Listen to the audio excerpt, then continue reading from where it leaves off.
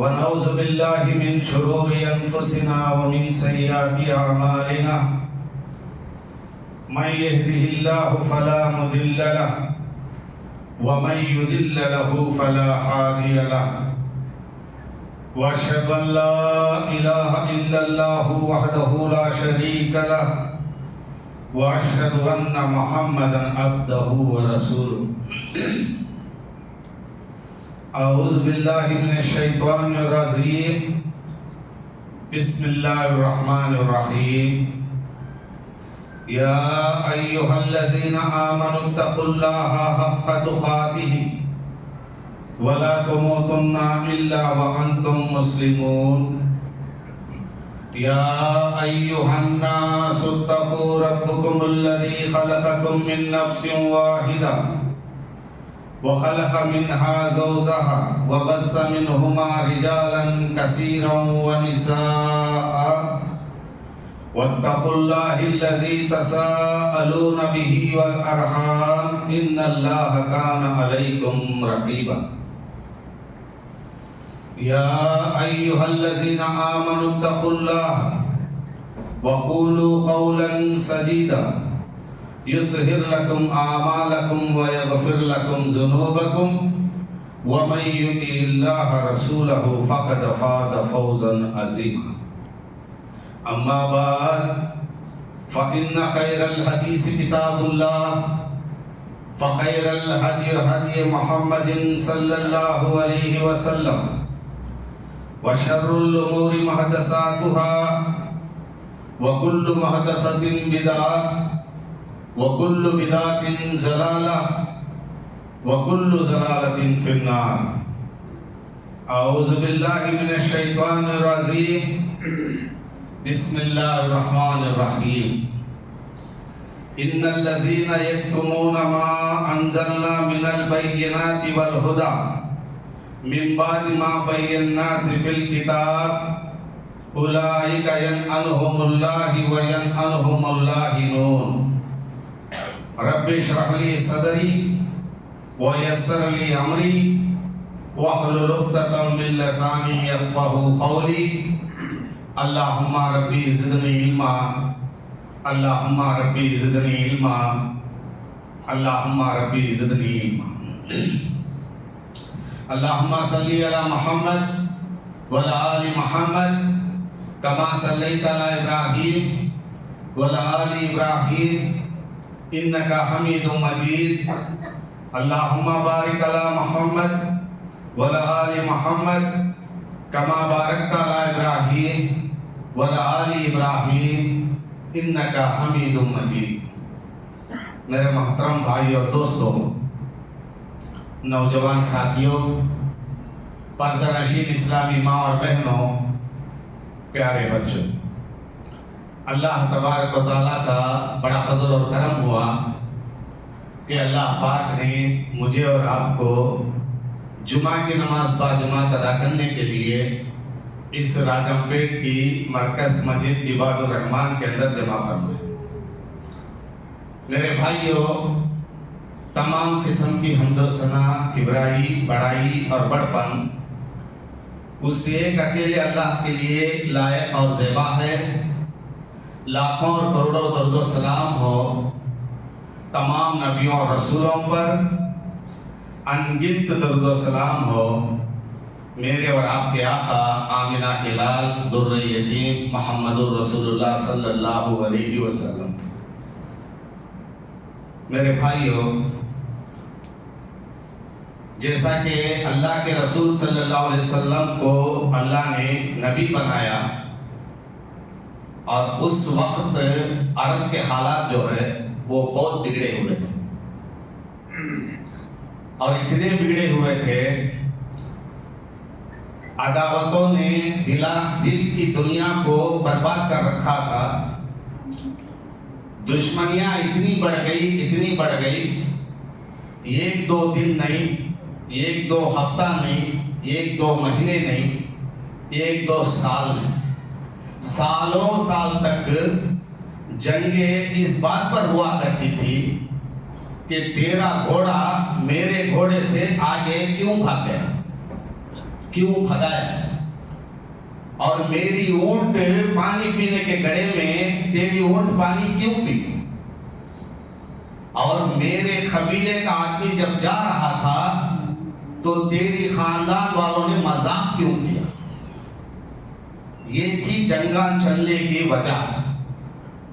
اور ایسے لوگوں میں ہدایت کی بات کرنا، اصلاح کی بات کرنا، پیار اور محبت کی بات کرنا یہ آسان نہیں، بلکہ بہت مشکل، اور اتنا مشکل جیسا کہ بنجر زمین میں بیج ڈالے اور اس میں فصل اٹھنے کی کوشش کرنا، ایسا ہی تھا اس دور کی حالت۔ اور ایسی حالات میں اللہ کا حکم آتا ہے، یا ایھا الرسول بلغ ما انزل الیک من ربک، اور اس حکم کے تحت اللہ کے رسول صلی اللہ علیہ وسلم دعوت و تبلیغ کا فریضہ ادا کرنے کے لیے اٹھتے ہیں اور لوگوں کو اپنے قریب کرنے کی کوشش کرتے ہیں، اور لوگ جو ہے ان سے دوری اختیار کرتے ہیں، اور بڑی محنتوں سے لوگوں کو بلاتے ہیں، لیکن لوگ جو ہے دور بھاگنا شروع کرتے ہیں، اور پیار اور محبت کی بات لے کر جب سامنے جاتے ہیں، دشمنی اور عداوت سے ان کو دیکھا کرتے تھے۔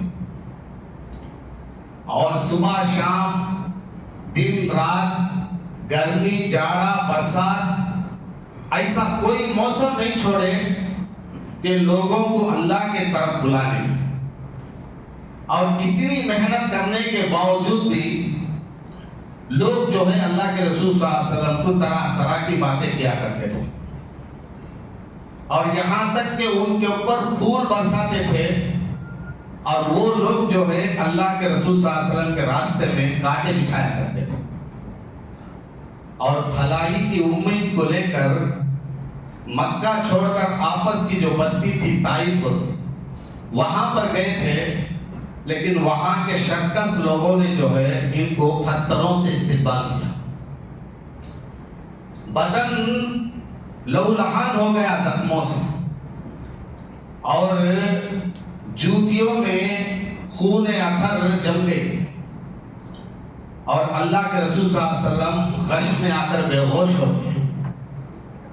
اور اس منظر کو دیکھنے کے بعد اللہ تعالیٰ کو طیش آ گیا، اور اللہ تعالیٰ فرشتے کو حکم دیتا ہے کہ جاؤ میرے نبی سے پوچھو، میرے حبیب سے پوچھو کہ اس بستی کو یعنی اس آبادی کو صفحے ہستی سے مٹا دیا جائے۔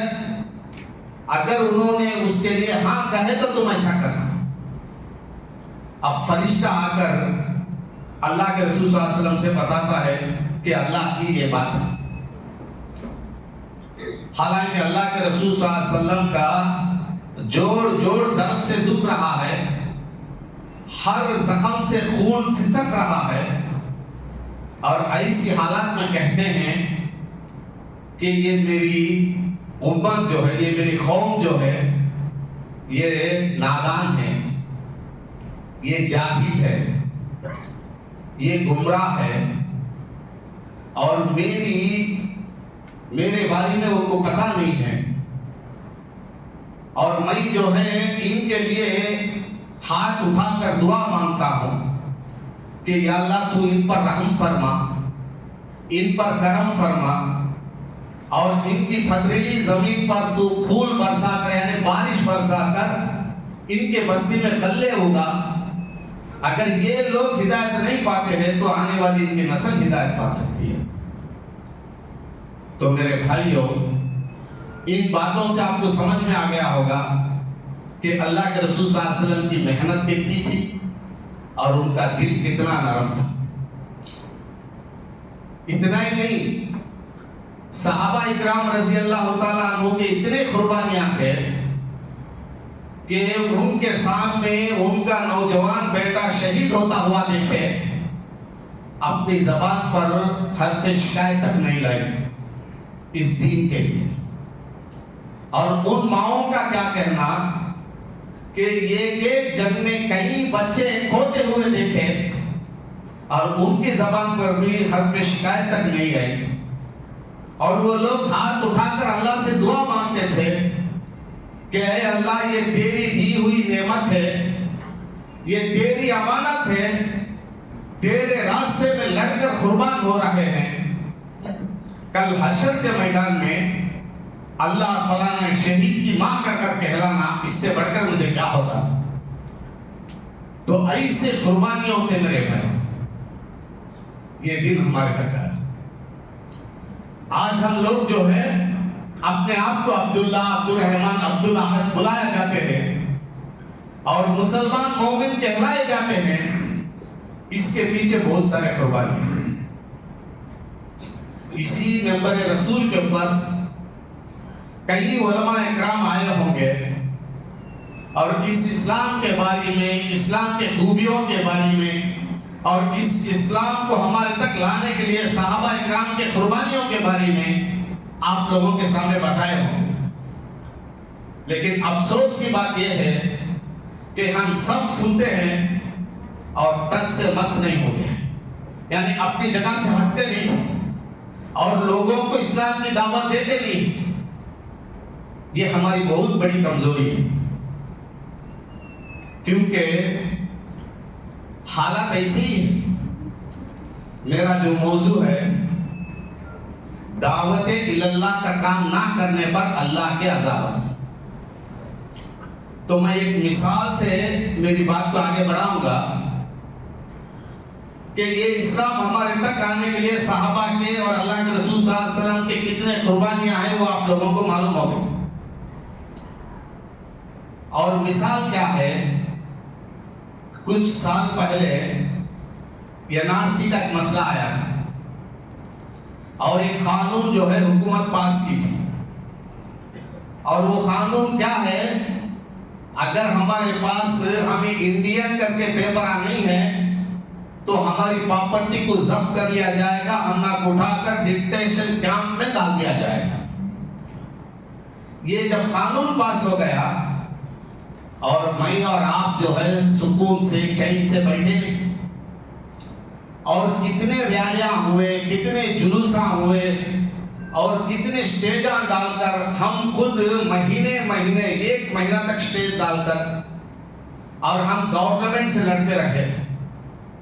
یہ لڑنے کی وجہ کیا ہے کہ ہماری پراپرٹیاں چھین لا جائے گا اور ہم نہ کو ڈیٹیکشن کیمپ میں ڈال دیا جائے گا، اور بچے تو بچے، بڑے بوڑھے نوجوان عورتیں پورے کے پورے گھر سے نکلے کہ اس قانون سے بچنے کے لیے۔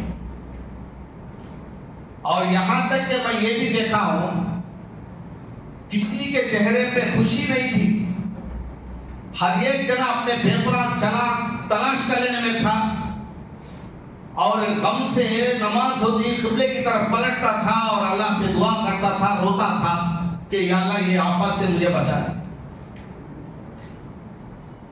تو میرے بھائیوں، یہاں پر پراپرٹی چھین لے کر ڈیٹیکشن کیمپ میں ڈالا جاتا، یہ حکومت کے قانون کو دیکھ کر ہم اتنا ڈر گئے۔ اگر ہم دعوت کا کام نہیں کرتے ہیں اور اللہ کی وعید کیا ہے، اللہ کے عذابات کیا ہے، اگر اس کو ہم جان لیتے تو ایسا ہم خاموش بے چین نہیں بیٹھتے۔ اور اللہ نے آخرکار ہماری دعا سن لی، ہماری دعا سن لی، اور کرونا یعنی رحمت، کرونا کے طور پر ایک ایسی وبا لایا اللہ تعالیٰ، جس وبا سے اپنی جان بچانے کے لیے حکومت جو ہے اس کے قانون کو لپٹ کر بازو پر رکھتی۔ اس کا مطلب یہ نہیں کہ قانون ختم ہو گیا، یہ قانون ہے ابھی بھی لاگو ہونے والا۔ تو خالی ڈیٹیکشن کیمپ میں ڈالتے گئے تو ہم پریشان ہو گئے، اور دعوت اللہ کا کام نہ کرنے پر کتنے پریشانی آ گئے، یہ میں آپ کو انشاءاللہ بتانے کی کوشش کروں گا۔ تو میرے بھائیوں، دعا جو ہے ہماری قبول ہوئی، کرونا آئی ہمیں بچے، لیکن کیا یہ دعا ہر ہمیشہ ہماری قبول ہوتی؟ اور چلو یہ جو دھوکہ ہے یہ صرف ہمارے سے ہی چلا ہے کیونکہ دعوت کے کام سے غفلت ہونے کا. اللہ کے رسول صلی اللہ علیہ وسلم کی پوری زندگی محنت کرے اور صحابہ کو ہر ایک بات بتاتے رہے. پچھلے جتنے بھی امتیاں تھے، جتنے بھی نبیاں تھے، صرف وہ نبیوں کا حق تھا دعوت کام کا. اور جب آخری نبی اللہ کے رسول صلی اللہ علیہ وسلم ہو گئے تو وہ نبیوں والے کام کو اس امت کے اوپر سونپ دیا اور ہر ایک کی ذمہ داری ہے کہ دعوت کا کام کرنا. یہاں بیٹھے ہوئے ہر ایک کو معلوم ہے، ہر ایک کی ذمہ داری ہے کہ دعوت کا کام کرنا. لیکن اللہ کے رسول صلی اللہ علیہ وسلم فوت ہوئے، 1 سال بھی نہیں ہوا، صحابہ کو شیطان دھوکے میں ڈال دیا.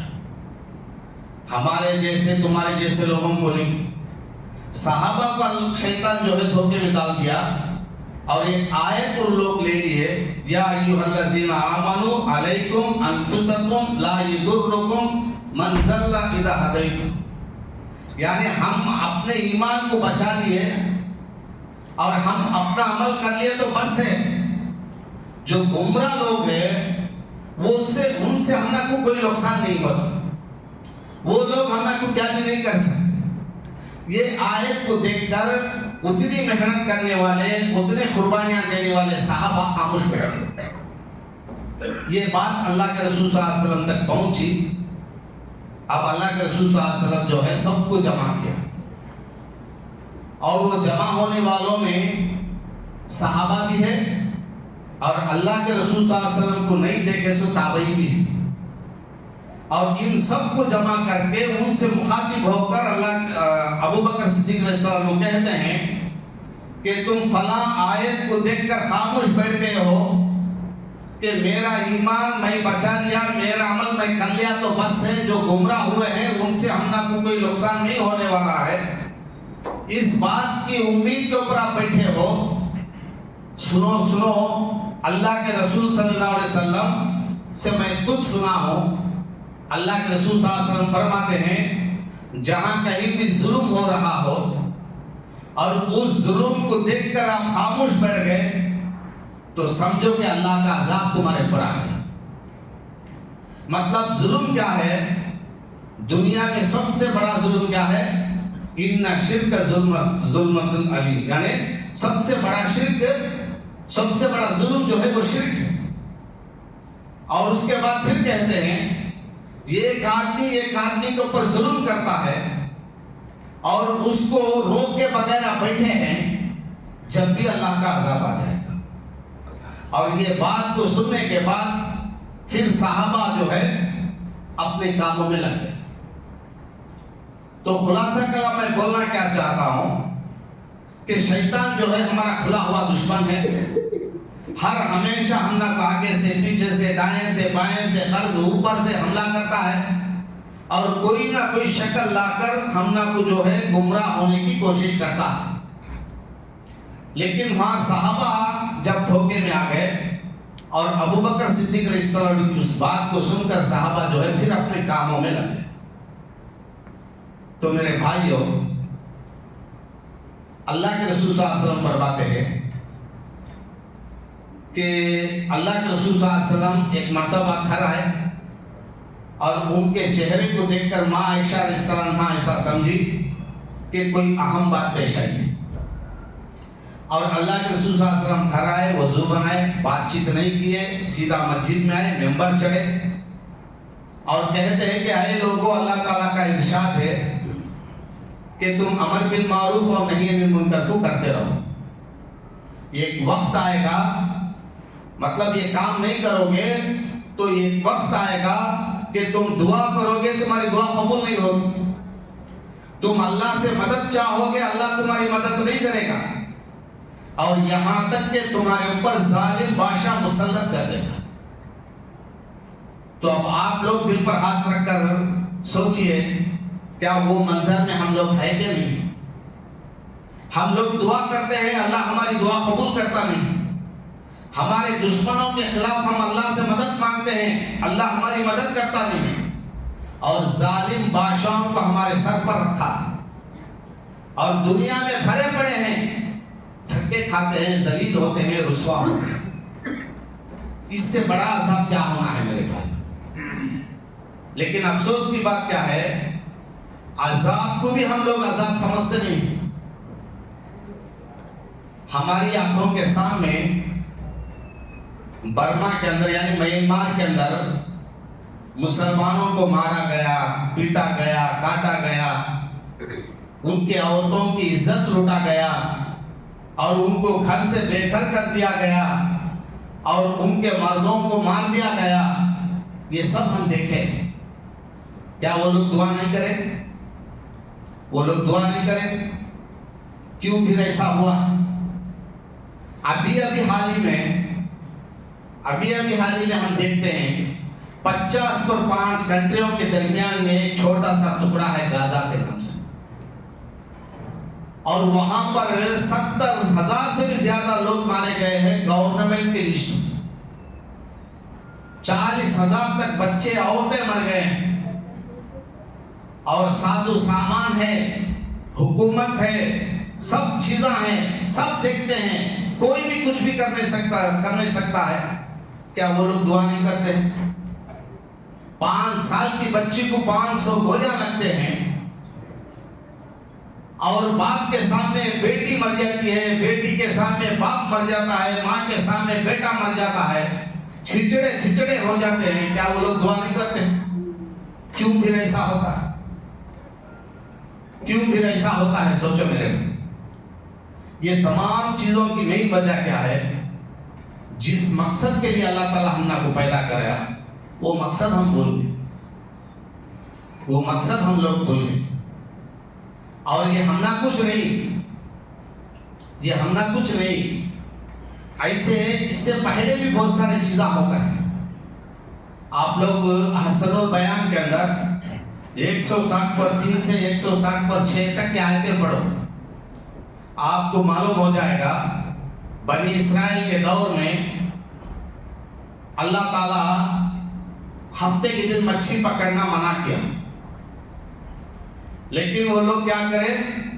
اپنی عقل کو استعمال کریں اور آ کر دیکھیں دریا کے پاس کہ ہفتے کے دن ہی مچھلی ظاہر ہوتی ہے، دکھتی ہے، ان کو اوپر آتی ہے۔ اب یہ لوگ کیا کریں؟ عقل کو استعمال کر کے جمعہ کو جا کر دریا کے کنارے گڑھے کھودنا شروع کر دیے، ہفتے کو مچھلی آ جاتی، پھر اتوار کو جا کے یہ لوگ پکڑ لیتے تھے۔ اور یہ لوگ اپنی عقل استعمال کر کر اللہ کے حکم کا انکار کرتے ہیں۔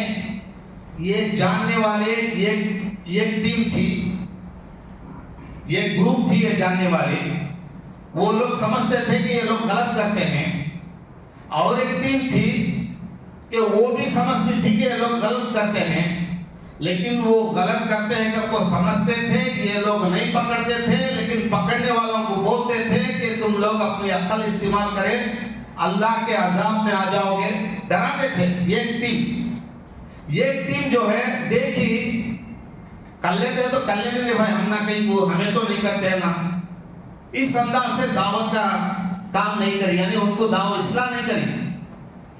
اور جب عذاب آیا، اللہ تعالیٰ کہتا ہے جو پکڑنے والوں کو اور یہ پکڑتے ہیں سو غلط کر کو، جن کو دعوت نہیں دیے ان کو، یہ دونوں کو جو ہے اللہ تعالیٰ کوتیاں بنا دیا۔ جو پکڑنا غلط کر کو سمجھے اور اس کی دعوت بھی دیتے رکھے، ایسے لوگوں کا اللہ تعالیٰ بچا دیا۔ اور وہ لوگ دیکھتے ہیں، آج رات کو آواز آ گئے تو وہ لوگ دیکھتے ہیں کہ دو ٹیماں جو ہے، دو گروپاں جو ہے کوتیاں بن کر آپس میں لڑ رہے تھے۔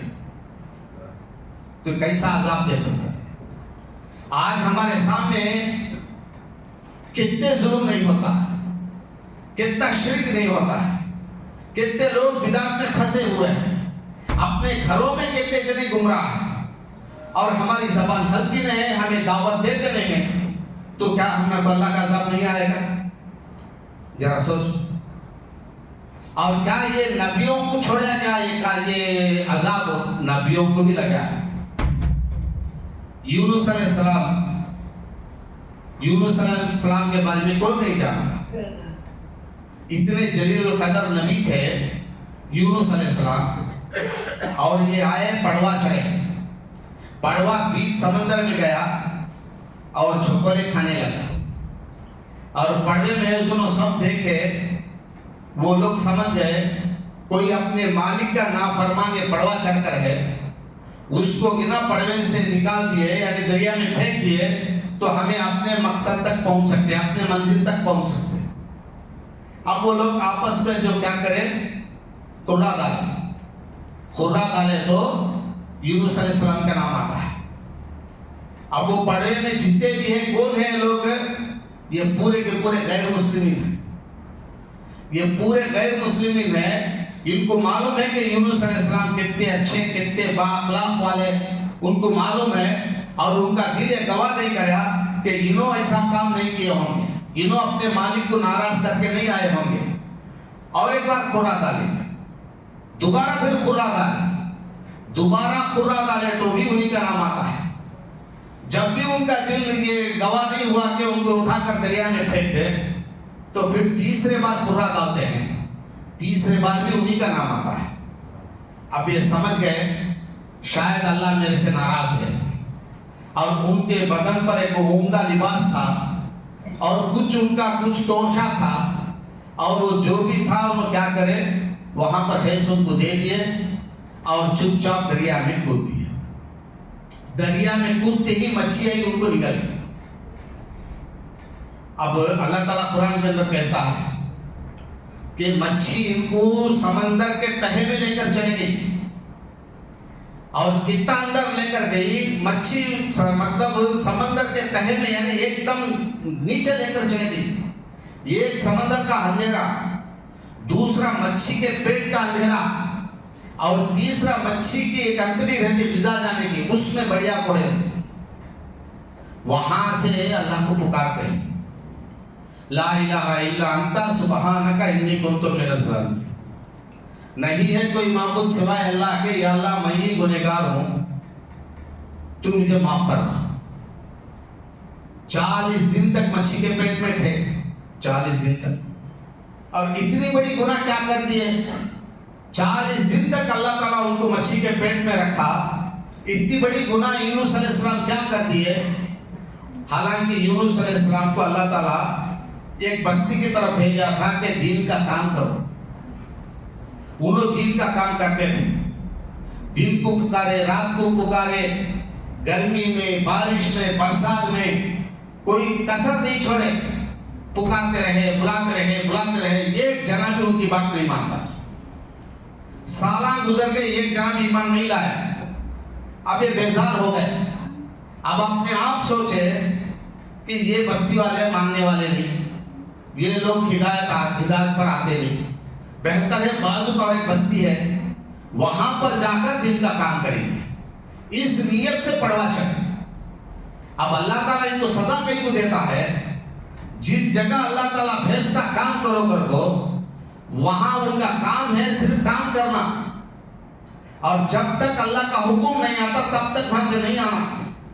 اور یہ اپنے آپ بیزار ہو گئے، اتنی محنت کرتا ہوں ایک جنا بھی ہدایت پاتا نہیں ہے، دوسرے بستی کو جا کر کام کریں گے کر کر جلدی پڑھ کر آئے، جلدی پڑھ کر آئے۔ اس کے لیے اللہ تعالیٰ کیا کرا، پڑھنے میں ہے سنو سب کو یہ معلوم کرایا کہ یہ اپنے مالک کا نافرمان ہے، اور مچھی نکل گئی، سمندر کے تہے میں لے کر چلے گئی، اور جب بھی یونس علیہ السلام کچو لے کر 40 دن تک پکارتے یا اللہ تجھ حق ہے، میں گنہگار ہوں، تو مجھے معاف فرما۔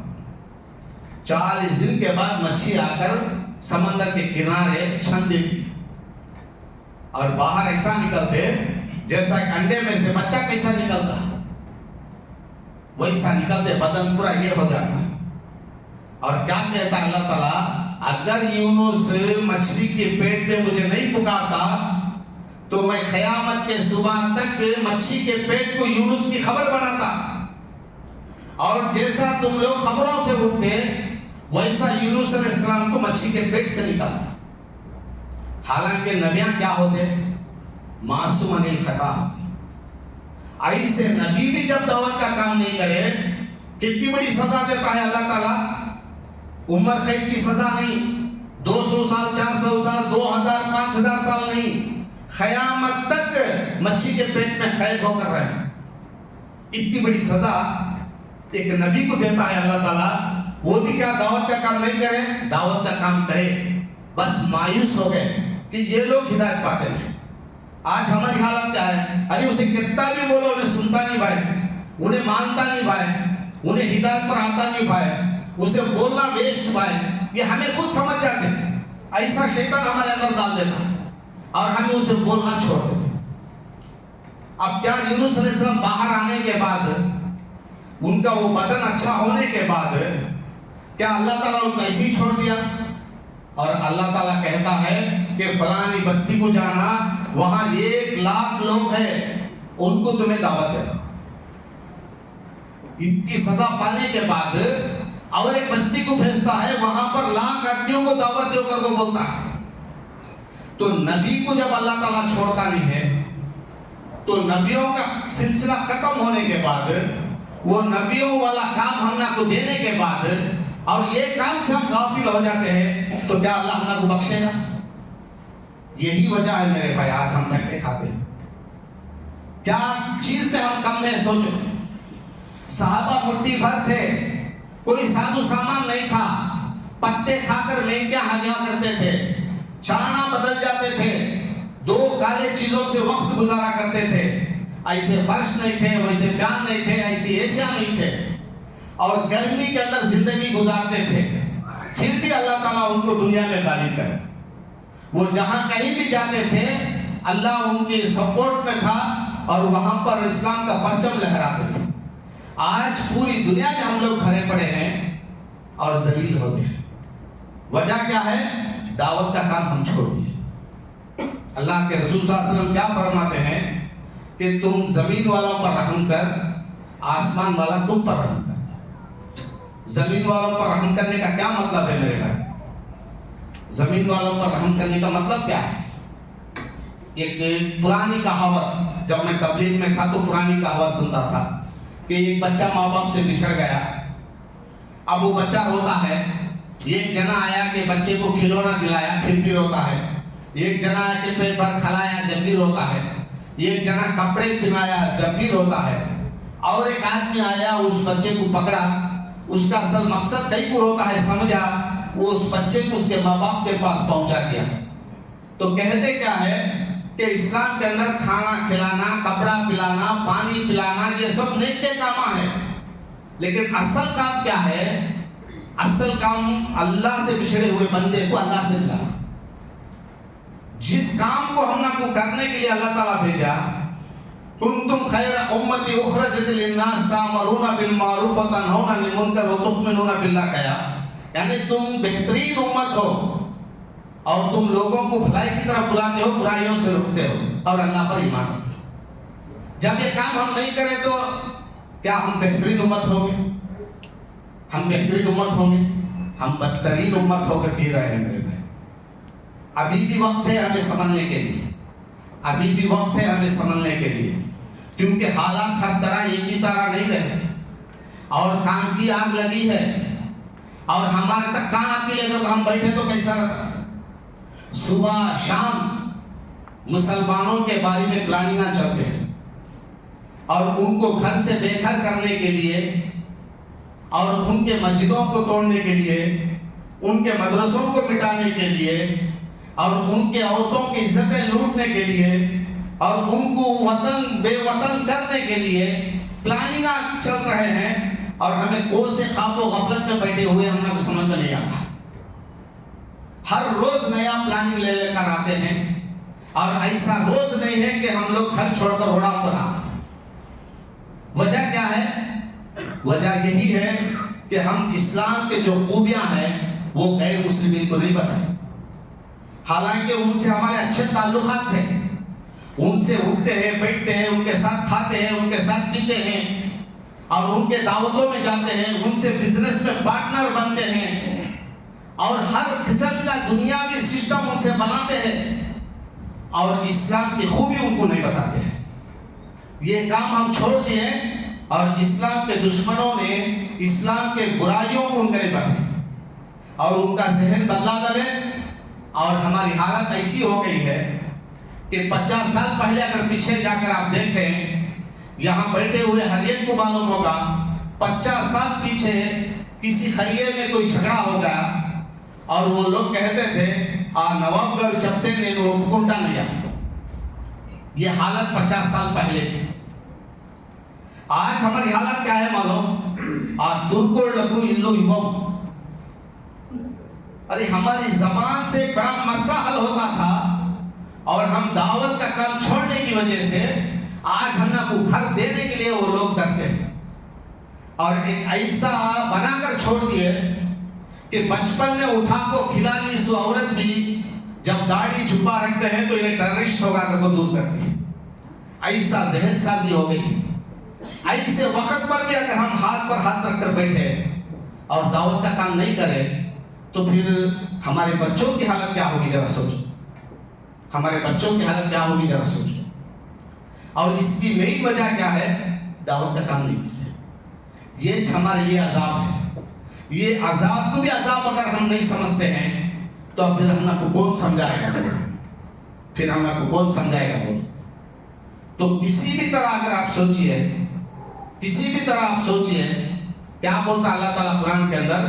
تم میری راہ میں جدوجہد کرو، میں تم کو ایسی جگہ سے رزق دوں گا تمہارا ذہن سوچ نہیں سکے. آج ہماری حالت کیا ہے؟ ہماری پوری جدوجہد جو ہے رزق کے لیے ہے، دنیا کے لیے. حالانکہ دنیا مقدر ہے، جتنا ملنا ہے اتنا ہی ملے گی. آخرت ہمارے لیے محنت ہے. اس آخرت کو چھوڑ دیے دنیا کے پیچھے لگے. جیسا جیسا ہم دنیا کے پیچھے لگے ویسا ذلیل ہوتے رہے. صحابہ جیسا آخرت کے پیچھے پڑ گئے دنیا آ کر ان کے قدموں کے تلے پڑتی تھی. صحابہ کے دور میں 50 پر 5 کنٹریاں آ گئے. آج ہماری بدنصیبی یہ ہے کہ وہ 50 پر 5 کنٹریاں ایک نہیں ہے.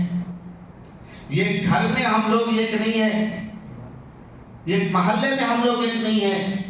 اور جماعتوں میں گروپوں میں بڑھ جا کر جیسا اللہ تعالیٰ کہتا ہے کہ تم ٹکڑوں میں بڑھ جاؤ گے تمہاری ہوا نکل جائے گی، وہی ہماری حالت ہے. اور باطل قوموں کو یہ بات معلوم ہو گئی، وہ کسی بھی طرح مسلمانوں کو ملانے کے لیے نہیں دیکھتے. ہمارے برایاں ان کو بولتے، ان کے برایاں ان کو بولتے، ہمارے میں حرام ہمارے میں لڑانے کی کوشش کرتے. اور جب ایک داعی دعوت کا کام کرنے والا اگر اسے وہ بھی نہیں سوچتا ہے تو پھر کیا ہے میرے بھائی؟ پھر کیا ہے بولو؟ صحابہ کیا بیانہ رکھتے نہیں تھے، بڑے لمبے چوڑے بیانہ باتیں نہیں کرتے تھے، صرف قرآن کی آیتیں حدیثاں رکھتے تھے، لوگ ہدایت پا لیتے تھے. آج ہم لوگ پورا کرتے ہیں لیکن ہماری بات ماننے کے لیے لوگ تیار نہیں ہیں. وجہ کیا ہے؟ ہماری سیرت اچھی نہیں. تو ہم پہلے اپنی سیرت کو بنانا ہے اور اس کے بعد دوسرے کے بارے میں فکر کرنا ہے اور اپنے گھر کو سنوارنا ہے، بعد پڑوس کے گھر کو دیکھنا ہے. اگر یہ خیالات ہمارے اندر آ جاتے ہیں تو سمجھو ہم ابھی بھی غالب ہو جائیں گے. میں جو آیت آپ لوگوں کے سامنے رکھا تھا، ان الذین یکتمون ما انزلنا من البینات والہدی من بعد ما بیناہ فی الکتاب اولئک ینعلھم اللہ وینعلھم اللاعنون. یعنی جو حق اور باطل میں فرق کرنے کی آیتوں کو چھپاتے ہیں اور دوسروں کو بتانے کی چیزوں کو ہمیں اپنے آپ پاس رکھ لیتے ہیں، بتاتے نہیں ہیں لوگوں کو، تو ایسا کرنے والوں کے اوپر اللہ تعالیٰ کیا بولتا ہے؟ اللہ اور اس کے فرشتے اس کے اوپر لعنت کرتے ہیں. لعنت کرنے والے اس کے اوپر لعنت کرتے ہیں. بلوں کے چمٹیاں، زمین پر چلنے والے اور آسمان پر اڑنے والے، سمندر کے مچھلیاں، یہ پورے کے پورے اسے بددعا دیتے، لعنت کرتے. اتنے جنے کی لعنت لینے کے بعد کیا ہمیں اچھے رہتے؟ اتنے جنے کی لعنت ہمیں کو لگتی ہے، ہمیں دین کی کام کرتے نہیں ہیں، حق بات بتاتے نہیں ہیں، تو پھر ہم کیسا اچھے رہتے میرے؟ تو اس لیے ابھی بھی وقت ہے، ابھی بھی وقت ہے. اور یہاں پر الحمدللہ کام اچھا ہوتا ہے. آئندہ جمعہ دعوت کی اہمیت کے بارے میں یہاں پر بیان ہے اور آنے والے 5 تاریخ کو اور مسجد سندر سنم کر کوئی پروگرام بھی رکھے ہیں. تو آپ تمام لوگ مل کر غیر مسلم بھائی کو مسجد کو بلا کر اور کیا ہے ہاں کہ ہمارے مسجد میں اصل کیا چلتا ہے ان کو بتا کر اور اسلام کے خوبیاں ان کے سامنے رکھتے ہیں، تو کم سے کم وہ لوگ ہمارے میں نہیں آگے تو کوئی بات نہیں، بس ہمارے دشمن نہیں بنے تو بس. ہمارے بارے میں ان کے دل میں اچھا ذہن لیا تو بس. یہ کب ہوگا؟ جب ہمیں اسلام کی خوبیاں بتائیں گے اور غیر مسلمین سے دوستی بنائیں گے, ان کو بلا کر بٹھا کر کھلا پلا کر ان کو حق بات بتائیں گے. یہ نہیں کہ تو آجا بھائی اسلام میں, ہمیں بولنے کی ضرورت نہیں ہے. ہمارا کام, ہمارا اسلام کیا ہے وہ بتانا ہے. اللہ تعالیٰ ہمیں کو کیا حکم دیا, اللہ کے رسول صلی اللہ علیہ وسلم کے اخلاق کیا ہے وہ بتانا ہے. آگے اللہ ہدایت دیتا ہے, کیونکہ اتنے بڑے نبی ابراہیم علیہ السلام پوری زندگی کی محنت, 5-6 جنے اسلام قبول کرے ہوتا ہے. ان میں دوسرے کون ہے؟ ایک لوط علیہ السلام, ان کے چچزاد تھے, باقی تو ان کے بیٹے ان کے بیویاں. اور اللہ کے رسول صلی اللہ علیہ وسلم فرماتے ہیں ایک ایسا نبی بھی ملے گے حشر کے میدان میں, پوری زندگی دعوت کا کام کیے ہوں گے, ان کے پیچھے ایک جنا بھی نہیں. ایک ایسے نبی ہوں گے ان کے پیچھے ایک ہی آدمی.